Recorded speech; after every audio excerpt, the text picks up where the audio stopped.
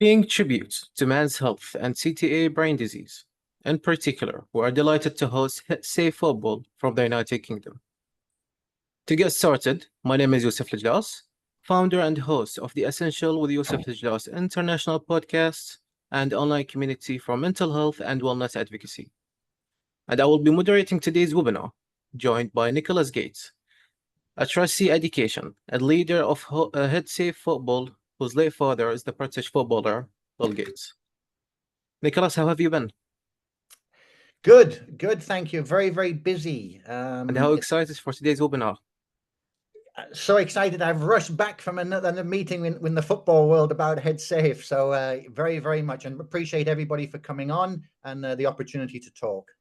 I appreciate you to be with us as well. And we're also joined by Lou Crawford, a brain health educator at HeadSafe Football with a first-class degree in sport and exercise. Good to see you again, Lou. Thank you very much. Very happy to be here, Yusuf. And how are you feeling for today's webinar? I'm always happy to share HeadSafe messages and promote campaigns and interact with people and hear their thoughts. So really happy to be here. We're happy to have you here as well. For live attendees, thank you so much for joining, and please leave your question via the Q&A feature with your email address to guarantee to reply to all. Before we start, I will hand over the floor to Lou to introduce HeadSafe Football. To you. Thank you. Okay, so thank you everyone for joining today. HeadSafe Football is a UK-based charity founded by Nick Gates and his mother Judith Gates because of the relationship with Bill Gates, Nick's father, who is a professional footballer. Bill played 333 professional games for Middlesbrough Football Club, and he also represented England. Sadly, Bill experienced chronic traumatic encephalopathy, and Nick and Judith were the supporting family members through Bill's journey. And as a result, they want to do something about it. They want to raise awareness of this disease. They want to raise awareness about brain health in sport and provide education.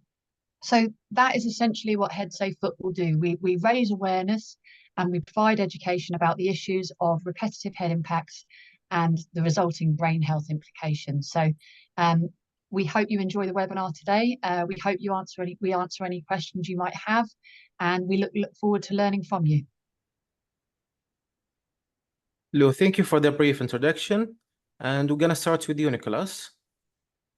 Why it was important to found HeadSafe Football as a charitable organization? So we started HeadSafe Football as a promise to my dad.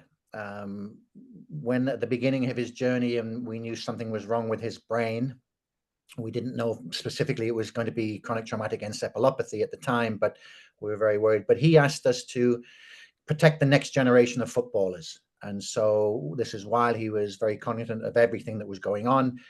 He felt as though he'd have a role in protecting players. So first off, a promise to my father. The second part of it is CTE and brain disease is the biggest threat to football. Now that science is now identified that heading footballs causes brain disease for footballers, this is a real threat to the future of the game. And it's a game that both Lou and I and my father loved. So we want to protect the game by protecting the next generation of players. And also, unfortunately, just in the UK, now that we've been doing it for a number of years, from the medical side of things, it's going to cost over the next 30 years at least £1 billion to care for the footballers who are going to be suffering from chronic traumatic encephalopathy. So those are the three main reasons why we set up the charity: the personal, the love of football, and the business side of saying for health, we have to do something to protect people. And how is donating so critical for HeadSafe Football, and what impact does community engagement have on such an element? Yeah, so unfortunately for HeadSafe Football, we're a victim of our success, that the demand far exceeds what we can supply. Everybody now wants to know about the dangers of brain disease through football. And so for us, we need to, as a charity, we need more people working with us. We need help with campaigns, social media campaigns, online, offline, etc. And really, you know, it's not one of our strengths is donations. Lou and I both love the work. I've just come out of a meeting this morning with 8 footballers from the 1970s from my club Middlesbrough, and talking to them about CTE and talking how they can be impacted. But there was 3 hours of my time with education for those players, and it was a wonderful morning. But we devote so much time to the education and not enough time to working on the fundraising and the donations, which would help us do more. Lou, let's talk about the importance of collaboration and perhaps what obstacles have you faced as a non-profit in the UK? Absolutely. I think the biggest obstacle that we face is that football doesn't really want to change. There's a pushback. We've got the science, we've got the evidence, we can show the relationship, but there is a pushback because nobody really likes change. They fear it. And football is an industry, it's a business, and it makes a lot of money, and change could impact that. So that's probably the biggest challenge that we face. In terms of collaborations, we work with our partners, which would be football clubs. We work with county football associations.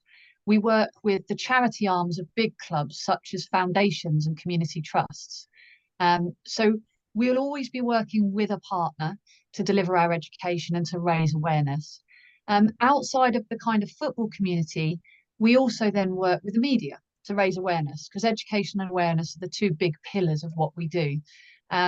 So we work with trusted media outlets like BBC, like Sky Sports News, big newspapers like The Times, The Telegraph, and we're also working with the British government.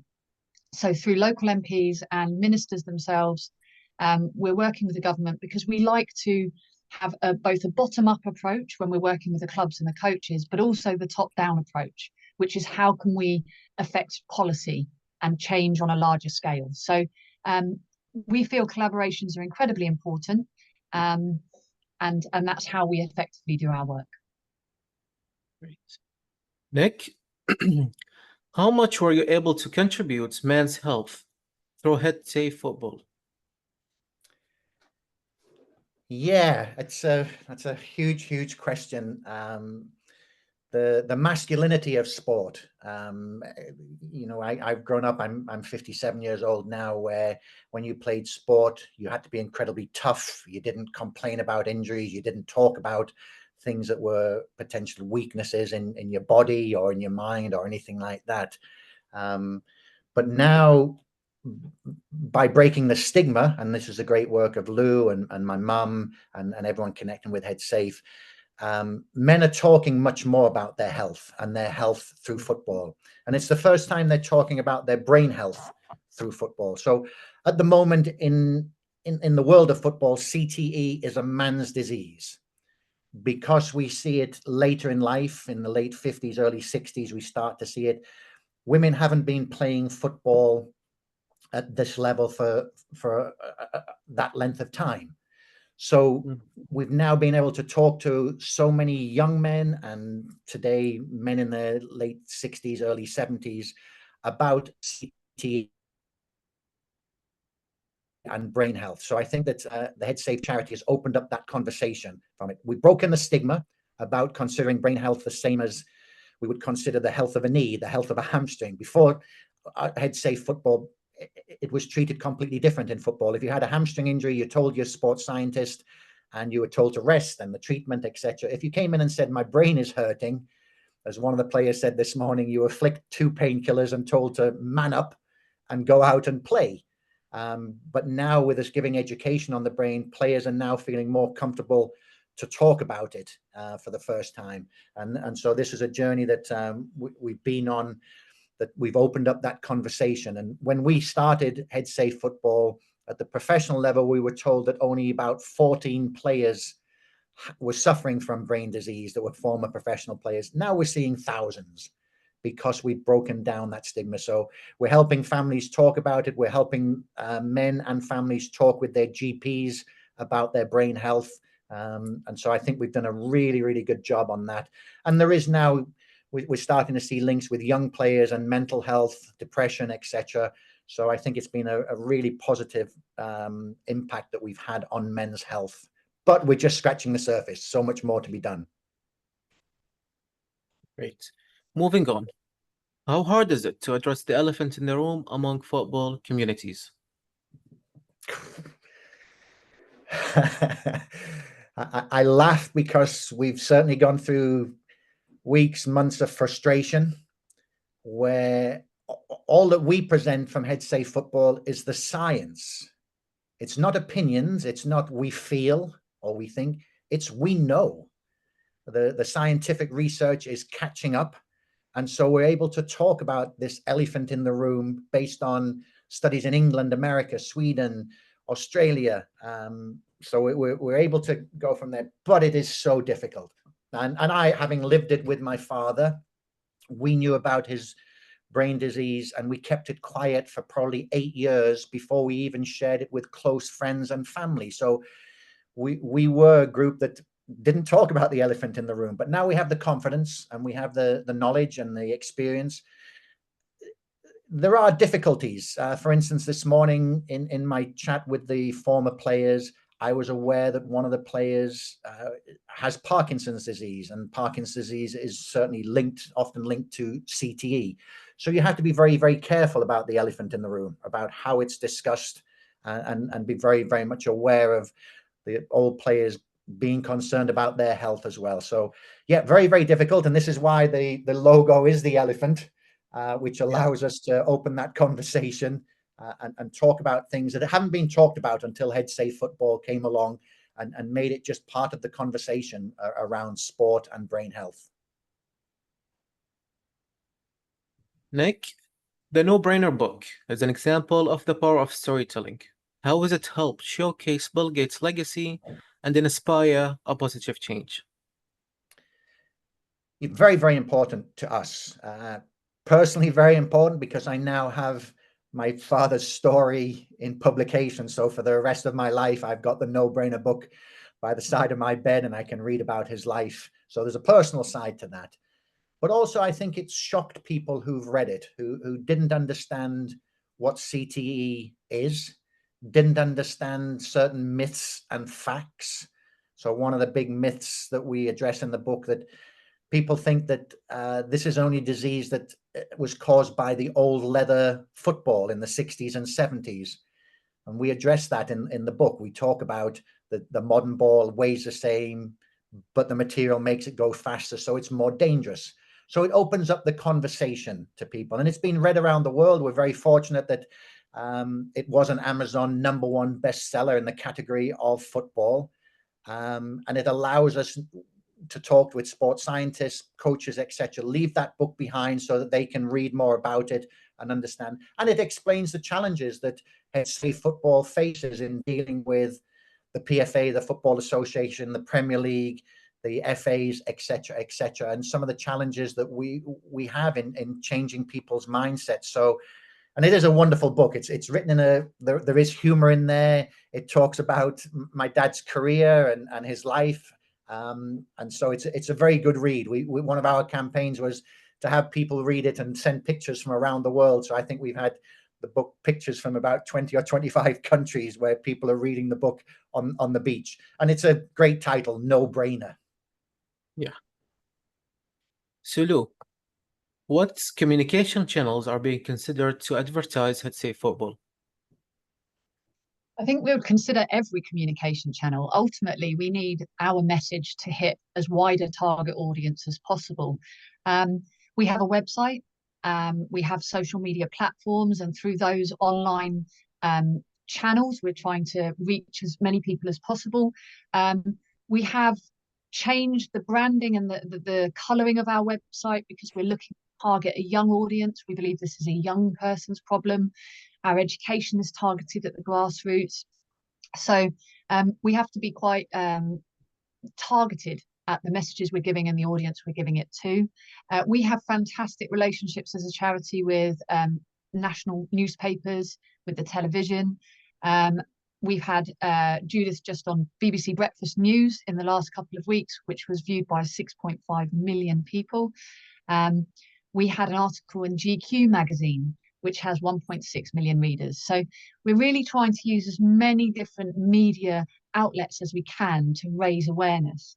With our face-to-face work, we've now partnered with 44 professional football clubs in the UK, and we've worked with over 700 coaches. So our predicted impact in terms of our face-to-face work is over 200,000 players. But ultimately, we believe that every stakeholder within football needs to understand the messages that we're giving and buy into our campaign. So that's parents, players, coaches, but also TV pundits, journalists. If we get everyone understanding the science and buying into the reduce heading campaign, then we'll use any channel of communication we can to engage all stakeholders.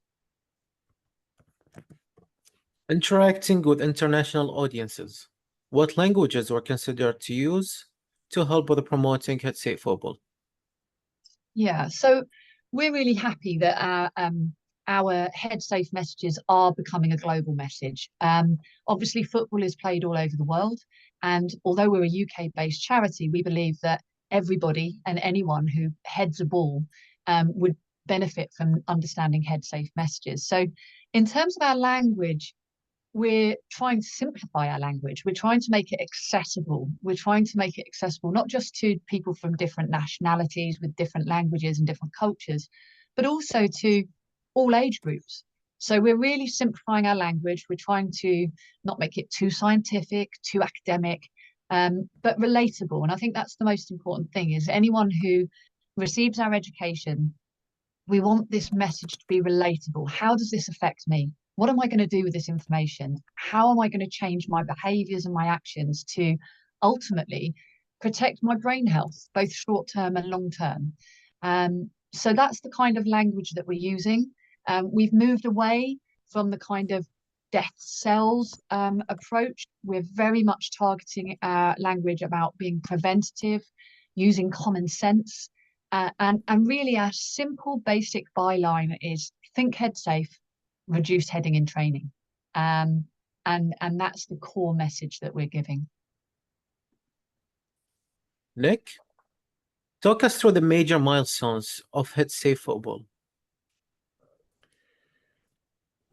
If I reflect backwards, I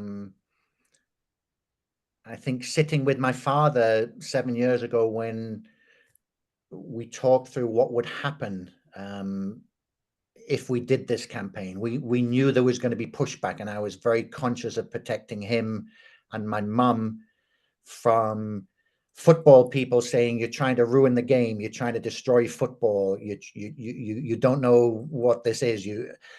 And there has been negative press. We every time an article comes out in the major newspaper, there's at least one or two comments about being do-gooders and it never harmed me and why are they trying to do this. So a major milestone was making that first decision to do it and being very aware that it wasn't going to just be a positive journey and everybody wanted to join in and what have you. We were aware that football would be resistant to change.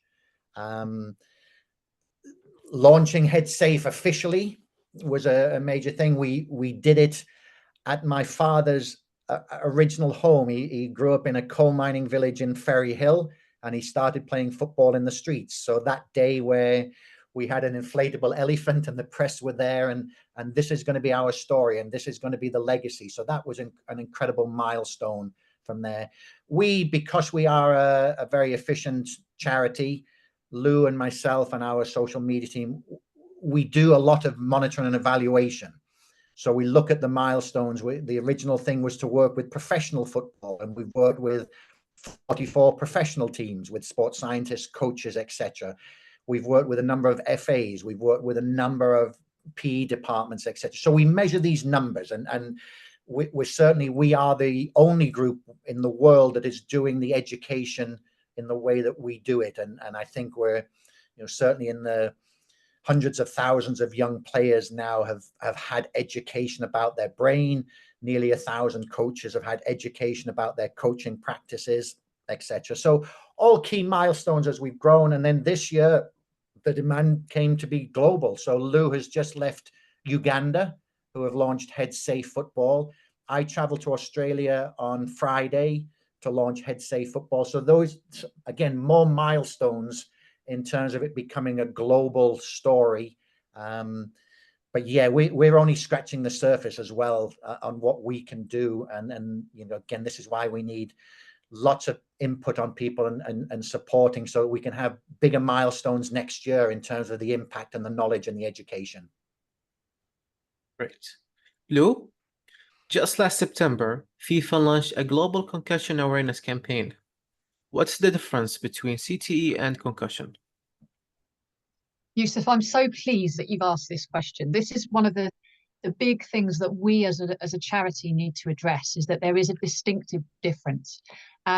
So first of all, concussion is an injury, okay, whereas CTE is a disease. So there's a very clear and obvious difference there. Concussion is typically caused by a single incident, which is quite visible to people who are watching.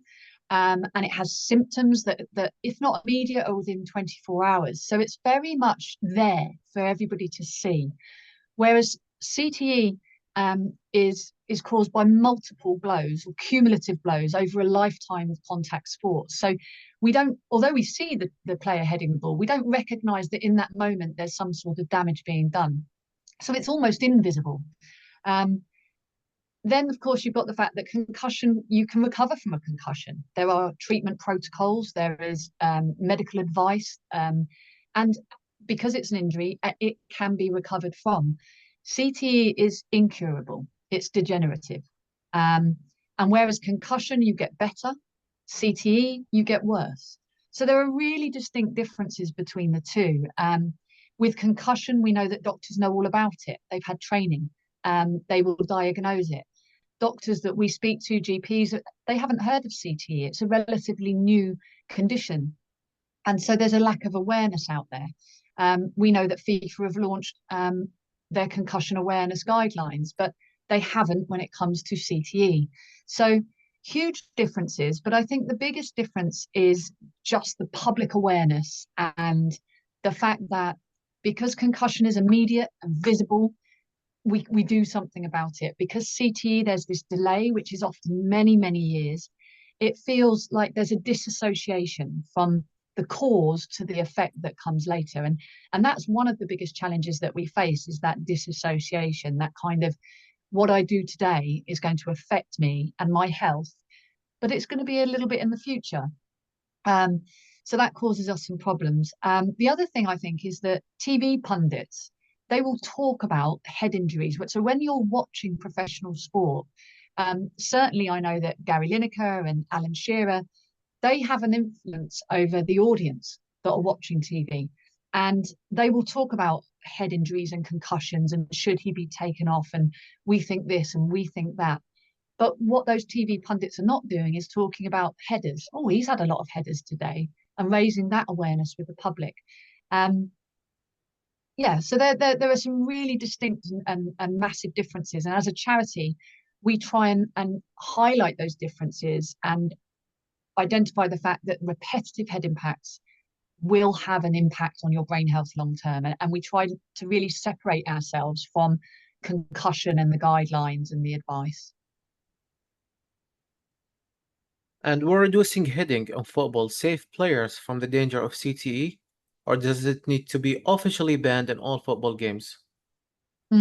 So I think that we as a charity, we can't say we want the heading banned because it's too severe, it's too out there as a concept, and we would just get nowhere with our messaging. The other thing is the science. So the science shows that if you repetitively bang your head, it's going to affect your long-term brain health. But a bit like with smoking, we don't know how much is too much. We don't know if you smoke 1 cigarette a day, will you get lung cancer? Or if you smoke 60 cigarettes a day, we don't know what that safe amount is. What we do know is that if we reduce the amount of heading we're doing, we are much less likely, we're going to mitigate that risk. And so we're not looking for an overall ban of heading. I certainly believe that in my lifetime, that will not happen. If I had a crystal ball and I looked into the future, do I think heading will be removed from football? I think potentially it might be, but it will only happen if the science gives that evidence that this much is too much. Nicholas, I must ask this question. How are you mentally affected by a person suffering from CTE, especially in your case with your late father, who passed away just about a year ago and had majorly suffered from it? I think the mental journey for the carer, we use the word brutal. There's no other way to describe living with somebody with CTE. Knowing that you can't find a cure, knowing that it's going to get worse, whether it gets worse when you wake up in the morning or it gets worse in 3 months' time. So for the last 7 years of my dad's life, I was more or less full-time carer. I chose to be with him and my mum to be a support and to be part of his journey. Mentally, it challenges you in every way. You see the person that you love change. We talked about almost the flame in his eyes. We see the flame disappearing, that his brain is degenerating and less of it is using. So mentally, it's the hardest journey I've been on. Easily the hardest period of time with him that tested me in every single way is during COVID. We took him to live in his home in the Cayman Islands, because the Cayman Islands was very safe because it was closed down. And something in his brain at 10 o'clock every morning said to him he had to exercise. But because he didn't know his way back to the house, I had to walk with him. And so I would walk with him for half an hour in the heat and then get him home, and we'd have a drink. And within 2 minutes, this brain would then tell him, I think I need to have an exercise, and want to go again. And basically between 10 and 6 until sundown, we would exercise. He couldn't turn down. Mentally, that to see my father go through that was horrific. And unfortunately with CTE, talking the full story, CTE is not just dementia. CTE is not just, I've forgotten where my car keys are. There was a 3-month period when my father was suicidal. And one morning he said to me in Northern dialect, if I had a gun, I would top myself. I would kill myself. I sat with him through that to try and calm him, or to think, is his life worth living for him now? He's in so much distress. He knows something is happening in his brain. He doesn't know what it is, but he can't separate the thoughts. They're going at so many, he doesn't know where he is. And so this is what we've seen from the older football players recently, and talk with the younger players when they say, well, we would have our career, we would still play football. What they have to understand is it reaches a point where it's the carers who suffer. My father, over the last few years, he found peace. He wasn't aware of everything that was going on. He wasn't agitated or anything like that. But us as carers and as family members, we lived it every day from there. So it's mentally the hardest thing that I will ever go through, I hope, in my life. And it tests every part of you, because your love is so strong, but you feel powerless. And you wake up every morning thinking, is today when it's worse? So this is why we're so passionate of HeadSafe Football, of protecting players for the future, that their families don't have to live through it. And we do a lot of counseling for families whose fathers are living with this disease right now. I don't think even, Yusuf, that I can explain how hard it is. And it's something that if we reduce heading in training, so less players could potentially be affected by it. But it is, the science of it is, footballers are 50% more healthy from the neck down, so they live longer, but they're 3.5 times more likely to get a neurodegenerative disease. So the brain is fading, but the rest of their body is healthy because they've been professional athletes. So we didn't know how long it was going to last. We just knew we were on a journey that was going to have a terrible ending. So mentally, that tests you every minute of every day. So Lou, what could help individual with CTE cope with existing symptoms? Yeah, so I think that, I mean, obviously I haven't lived through this journey, but I think that there are various things. There are support groups and counselling that are available, not just to the person who is suffering themselves, but also, as Nick said, to the family members. And I think that there's something very, what's the word? Maybe, well, just comforting really to know that other people are around that are experiencing the same journey, not necessarily in the same way, but that you can just share with and offload to and lean on when you need to. The other thing is there are medications available, maybe to help with the anxiety. But let's just go back to the fact it is degenerative and it is incurable. So any medicine that's available might help with some symptoms, but it isn't going to cure the individual. We're really happy that the NHS have just launched a new page on their website about CTE, which gives information which was completely unavailable when Nick and Judith were starting this journey. It was, it wasn't just the elephant in the room, it was the medical profession as well that didn't have the information, and therefore they felt lost. Where do we go? Who do we ask? And they had to find, medical professionals who were the best in their field. And they looked globally as well. I believe you went to Canada, didn't you, Nick? Whereas now here in England, the NHS website has information about CTE, which is a massive step forward to supporting people. Because information and knowledge ultimately is a comfort. It's that ignorance and that lack of information that makes people feel really insecure and anxious. So yeah, that's the kind of support that's available. There is no magic pill. It can't get better. It's really about helping the individuals and the families on that journey to make that journey as comfortable or as easy, not easy, comfortable as it can be. What initiative had a bigger impact on audience?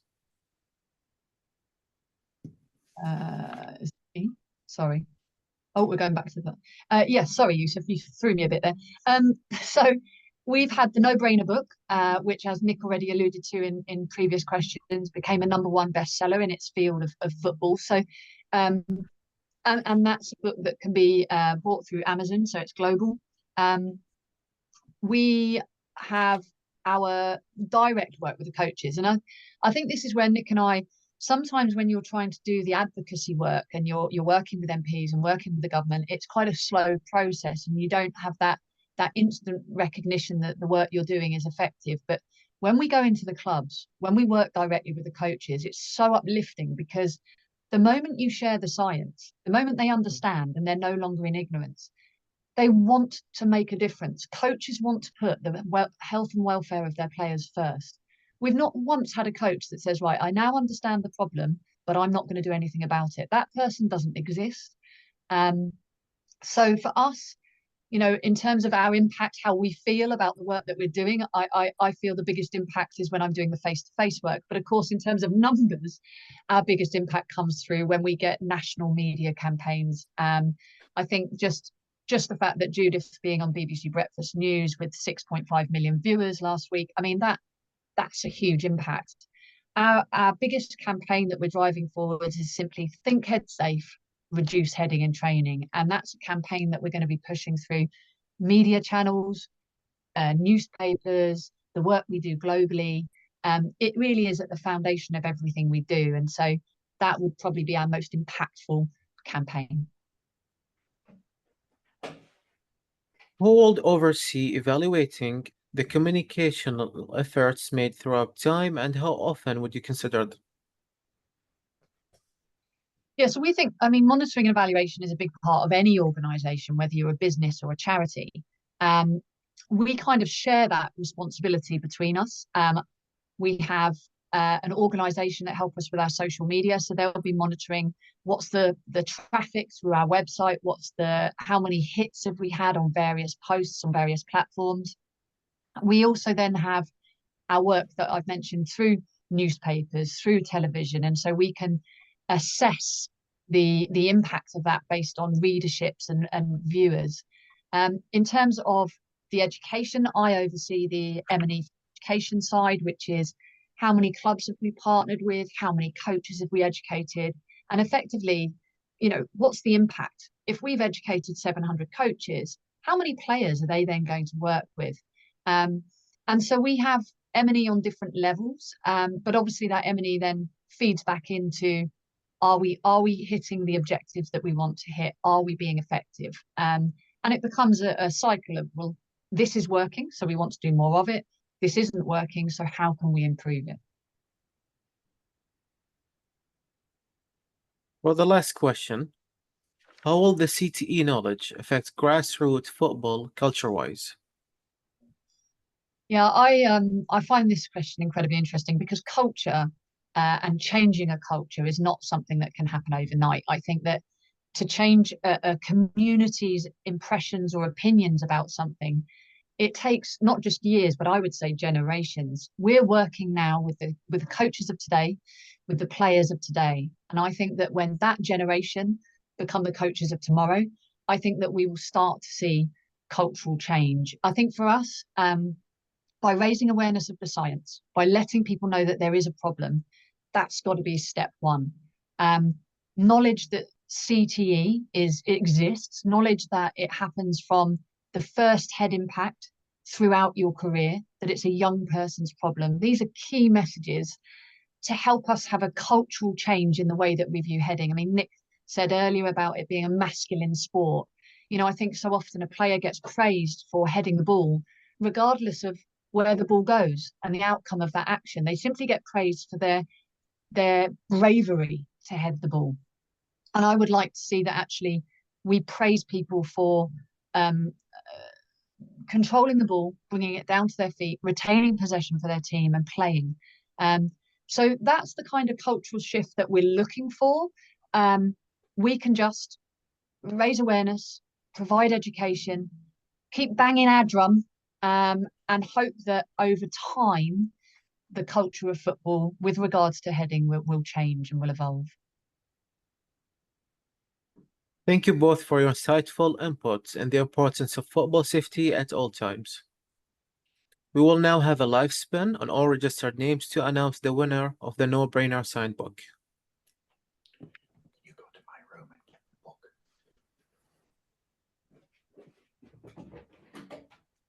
You can share the screen.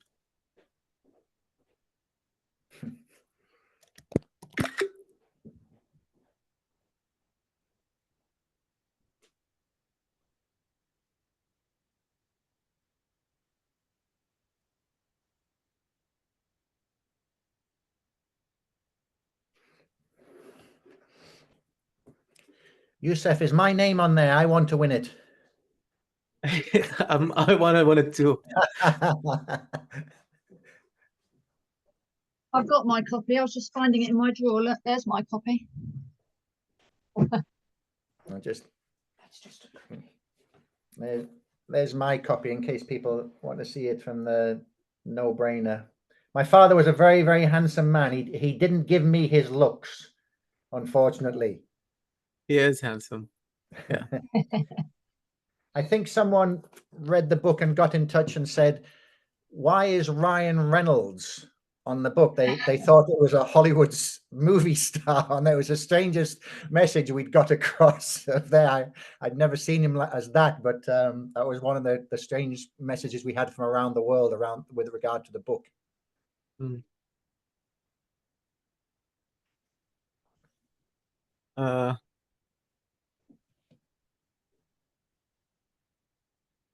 The share screen, I think it's not working.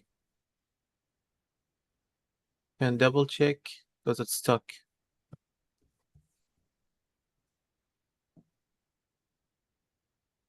Certainly doesn't want to spin, does it? I think.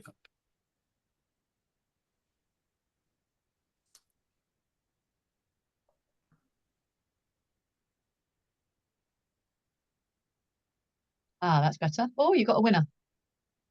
Lemma, congratulations on your signed copy and thank you indeed for joining us.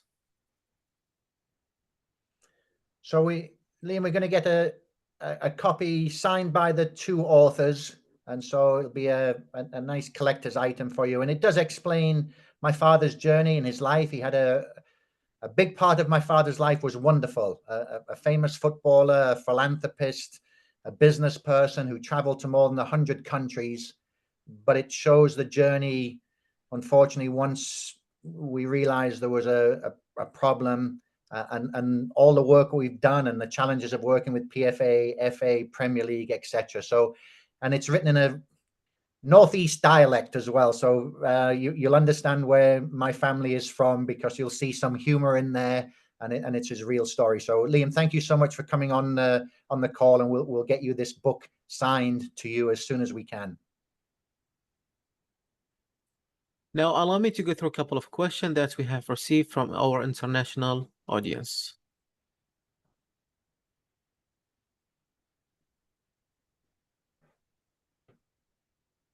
Let me put the Q&A.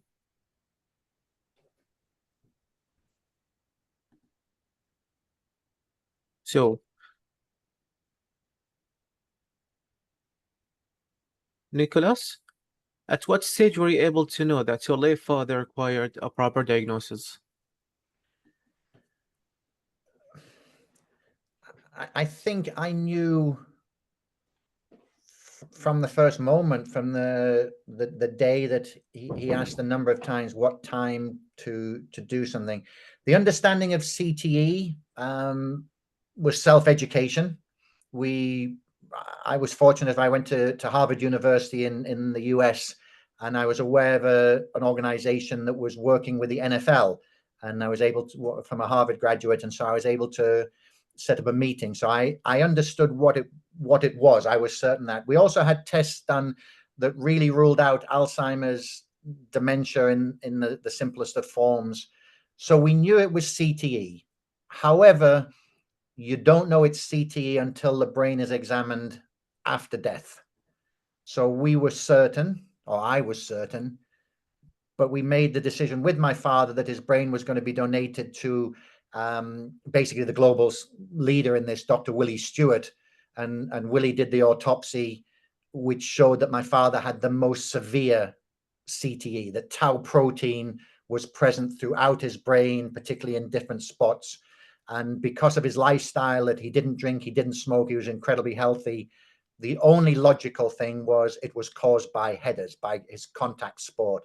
So we only knew 2 months after his death that it was scientifically proven to be CTE. But unfortunately, I knew from the first moment, because it was the elephant in the room. We knew of old players and old athletes who were dying from this sort of thing. We just didn't know what it was. So and you can imagine it's a very difficult decision to donate somebody's brain. But we did it in everything we did with my dad was through discussion with him, and we planned his life from 10 years out to say what was happening. There is one other question from Samantha. How do you see opportunities to take your message global? Shall I do that one? Yeah, it'd be great, Livia. Yeah, sure. So I think that the opportunities are endless because football is the most commonly played sport in the world. For us, we all work in partnership. So where we have connections, where there's an interest, there's an opportunity. I think that certain countries are more advanced in their understanding of CTE. Certainly in America, because of the NFL and American football, we're seeing that they're much more open, if you like, to the message and to the science. Australia, as Nick mentioned, he's going there next week because they have Aussie rules football as well as soccer and as well as rugby. So they are just a bit more aware and advanced in their knowledge, and therefore that creates the opportunity. But ultimately, we would happily take HeadSafe to anywhere in the world where somebody is heading a football. You know, our message is to anyone who has ever headed a ball, and particularly we want to focus on young people and we want to focus on the grassroots, because I was once given a quote in a webinar, you know, every single professional footballer starts in the grassroots, but not every grassroots player will become a professional footballer. So if we educate everybody at the grassroots, we're educating everyone who has ever headed a ball. Let's remember, CTE isn't just going to affect professionals. It's any brain in any skull where they're having an impact. And so that's everybody, male and female. So I think the opportunities and the possibilities are endless, but we do want to work with people who are open to our message and are inviting of our in a partnership. And I think, Yusuf, we've chosen a campaign that can go global with its language. Think head safe, reduce heading in training. That can be translated into every possible language. It's an incredibly simple campaign, but we know that in a footballer's career, male and female, 90% of the heading is done in training. So we've been specific. We take away the footballers and say there's, well, in the game now, more football is played on the ground. We're like, yes, but in training, you're doing head tennis, you're doing tech ball, you're doing set pieces, you're doing individual training for individual skills. And so our campaign, and again, this is certainly something that HeadSafe Football is not great at, and we're very excited about this campaign for 2025. How do we move that globally? How can we use the power of social media, of press? Because it is labor intensive. The best impact that we've seen so far is when Lou does a presentation to coaches and sports scientists, but that takes a day of time. So that would be 50 or 60 people can be in that room listening to that, and that takes a whole day. What can we do with a click? What can we do with a campaign that makes everybody aware of it, where we can be sitting on the computer and moving it globally? And as I say, Lou has just been to Uganda. I head to Australia. They're very, very time sensitive for us in terms of what we can do. So going global, the demand is global now. We're seeing it from everywhere. How can we, as an incredible charity that punches above our weight, how can we do more? And we're open to ideas from people on what we can do to engage coaches, players, parents, sports scientists, governments to make policy changes. Another question, how we can save young son or my young son from heading an academy training, especially in the Gulf? I'll take that one. So I think that, as we said, change and cultural change is something that has to happen over time, but also with different stakeholders. So the first thing I would do is have a conversation with my son, and make them aware. It depends on the age. I think it's really important that our message doesn't come across with any fear. We want people to play football. We love football, and football is inherently good for you. But have a conversation about heading, and heading should only be done when it needs to be done. If there's another player going for the ball, then that's a moment where maybe you need to use your head. Whereas actually, if you have time, there's no other players around you, can you use your chest to bring the ball down to the floor? Could you use your thigh or your foot? So just having a conversation with players to make them aware of the issues, but also to let them think about the choices that they have, would be a first place to start. The next thing would be the coaches. Are the coaches aware? Because just talking to the players negates the fact that they are then influenced by the other adults around them. And if the coach is telling them to head it and you're telling them not to, then that's a lot of confusion. So talk to the player, talk to their coach, and ultimately, I think you would want to talk to their club and think about policy. And, as a club, what do we want to do with this information? Do we want to have head safe policy that says certain age groups won't head the ball, or they'll use a lighter ball, or they'll play short corners? So there's lots of different things that can be done. But I think ultimately it's just tell people, talk to people, share the information, and hopefully together as a community, you'll come up with some solutions.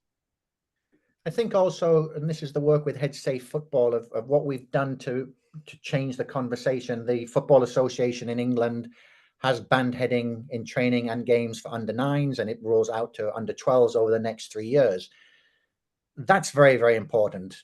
So in the Middle East, if we can have the conversations with your FAs, with your governing bodies, etc., to explain the science behind why we need to do it, and they introduce guidelines. But the FAs, it's policy for under 9s, it's guidelines for the rest of it. So I'm pretty certain most people won't be aware that the guideline for a Premier League footballer in England is no more than 10 high force headers in a week in training. Unfortunately, it doesn't happen in the real world, but there is a guideline out there. But if we can have conversations with your FAs and share the science and the studies and the research, and they can make their choices on what they think is the best to protect and safeguard players of all ages.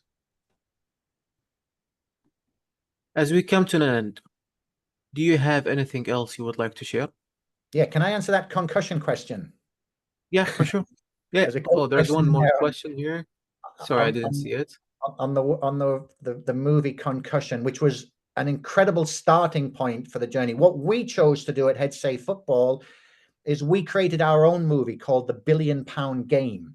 We ran a game that included former professionals, where we had only heading, one half was heading in the penalty area and one half was no heading at all. And we looked to see how that impacted the game. It was called £1 billion because unfortunately that's how much it's going to cost the British health system over the next 30 years caring for players with CTE.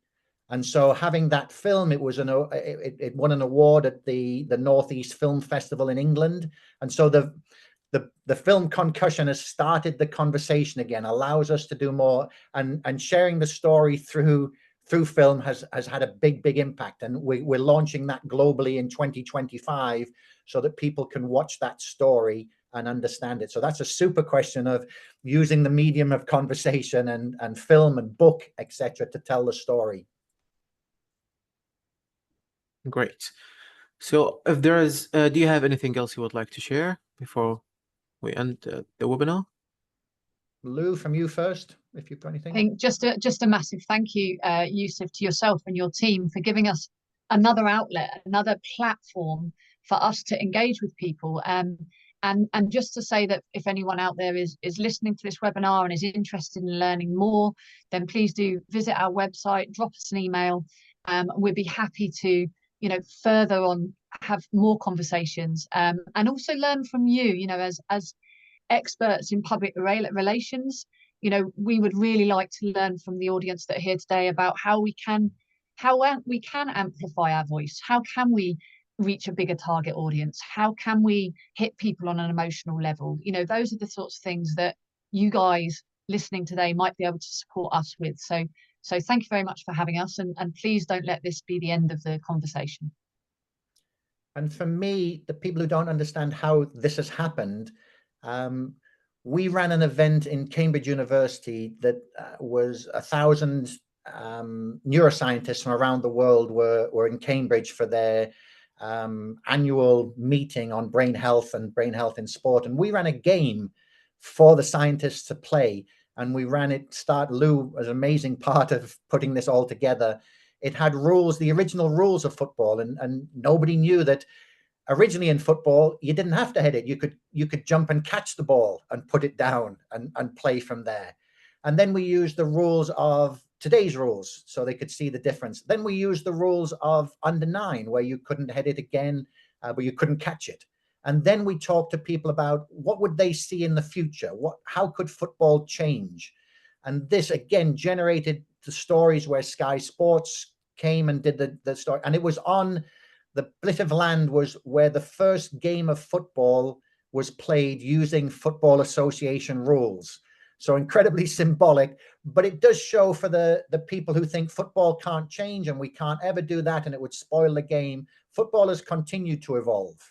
Changes can be made. And as science is now telling us that repetitive head impacts for young people, young players, cause long-term disease, I think we have a responsibility to share that information with people. And so we were very grateful that day to meet key people with your organization, Yusuf, that has led to today's podcast. So thank you from my side of things for putting this on and us being able to share our story.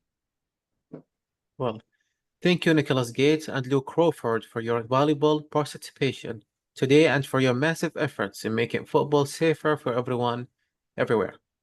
I would like to thank the CIPR International Committee and committee member Saad Larbi'an for his coordination and interest in HEADSAFE football. Thank you everyone for joining, and remember to stay safe physically and mentally. Goodbye. Thank you, everybody. Thank you. Bye-bye.